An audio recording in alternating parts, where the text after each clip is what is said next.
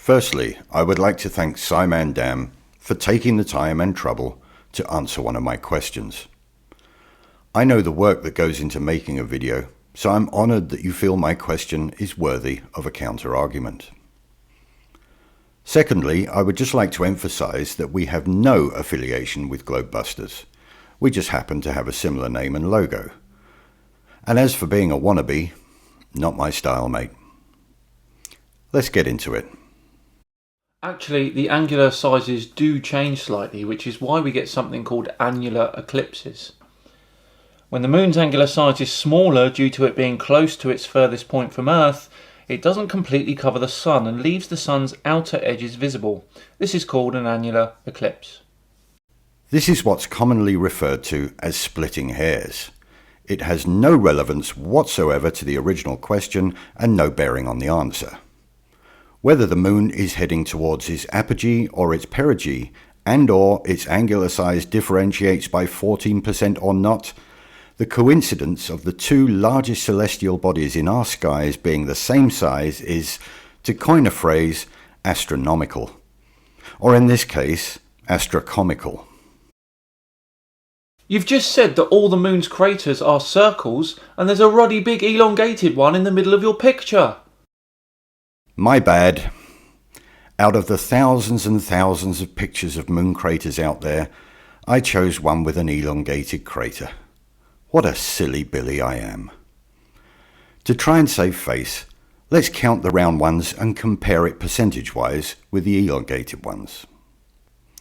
1, 2, 3, 4, 5, 6, 7, 8. This could take a while. 9, 10, 11, 12, 13, 14. Anyway, let's move on. Elongated craters. Sure. Here's a picture of another one.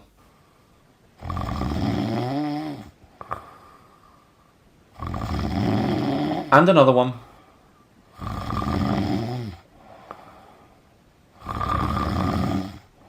And another one.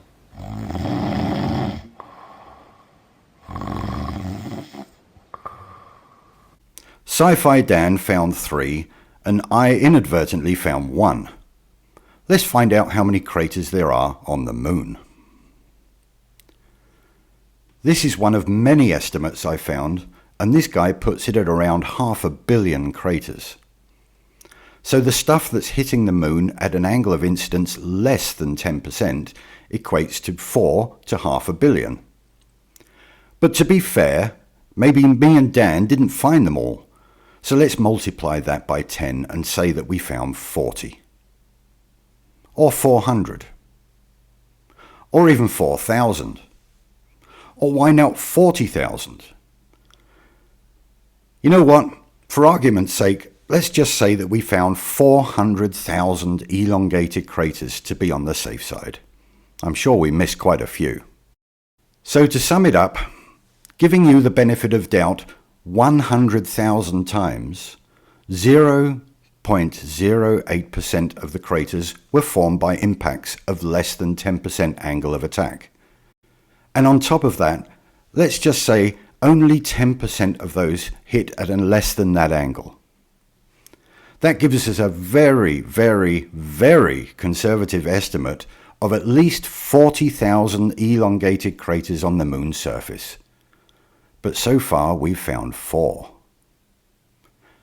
I'm sure we'll find some more if we look hard enough.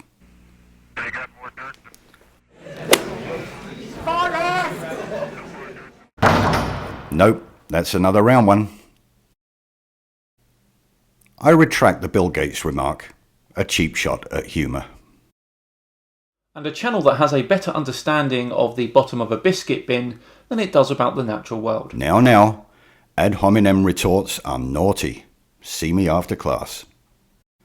Thanks once again, ScifiDan, for trying to answer my question.